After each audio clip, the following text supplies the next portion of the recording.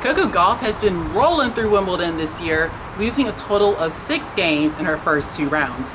Next up for the US Open champion is a tougher matchup though. She's facing off against fellow American Emma Navarro for a spot in the quarterfinals. All eyes are on Coach Prime, and his team did not disappoint. After a convincing win against Wyoming, Texas is 3-0 for the first time since 2012. And with that 3-0 record, the Longhorns are moving their way up the polls, currently sitting at number 3 in the AP, their highest since they played for the 2009 championship. With the qualifying period over, the US has announced who will be representing them at the Paris Olympics on the tennis courts. Coco Gauff, Danielle Collins, Jessica Pegula, and Emma Navarro will be leading the way on the women's singles front.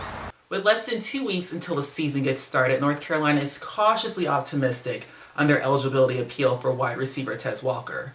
In fact, they're preparing as if Walker will be able to play week 1 against South Carolina, so much so that he's taking reps with the first team. It was a tale of 2 halves for the number 1 team in the country, where for the first time all season, Georgia was trailing at halftime. North Carolina recorded 9 sacks in their win over South Carolina. Now, what makes that even more impressive is that the Heels had a total of 17 sacks all of 2022. How do you have to adjust your strategy going into an Elam ending as opposed to just a regular game ending? Yeah, the Elam ending has a very unique type of style. You spend your life telling other people's stories, and you're so good at it. But if I really wanted to know who Kimberly Martin is and her story, where do I need to start? You would start in Brooklyn. Ohio State is facing the number 1 team in the country. Where exactly are the Buckeyes the most vulnerable? Well, like I said, I think defensively, people have run the ball on Ohio State this year. This was a regional final, and you guys were able to have a running clock. What was your game plan going into this? I mean, it's just the same things every week. Our offense, we're trying to score every time. Your offseason's coming to an end. How do you get yourself ready for an upcoming season? So the end of last season, I took some time just to let my body recover. The Buckeyes got the 31-24 win over Penn State last week. It was their first true road test, and they did leave with the win. But exactly how satisfied are they with that game? I think they're satisfied with the overall end result. We knew going into the game, the secondary was going to be tested. How did they perform?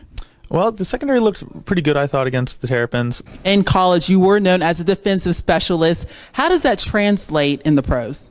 That's one of the easiest things I believe that translate because, defense is more of a mindset and mentality thing. You had your choice of several schools around the country. What made you decide to come to Ohio State? The tradition. What can Eastern Michigan fans expect from you on the field? A hard worker, playmaker. What do you specifically want to work on this offseason? Just getting more physical and getting faster at what I do. The Big Ten have 2 new members, Maryland and Rutgers. What kind of advice do you have for them on how to navigate throughout the conference? Just come out and play hard. You've been around the team a lot. What are your expectations for this season? Well, for me, I'm looking beyond.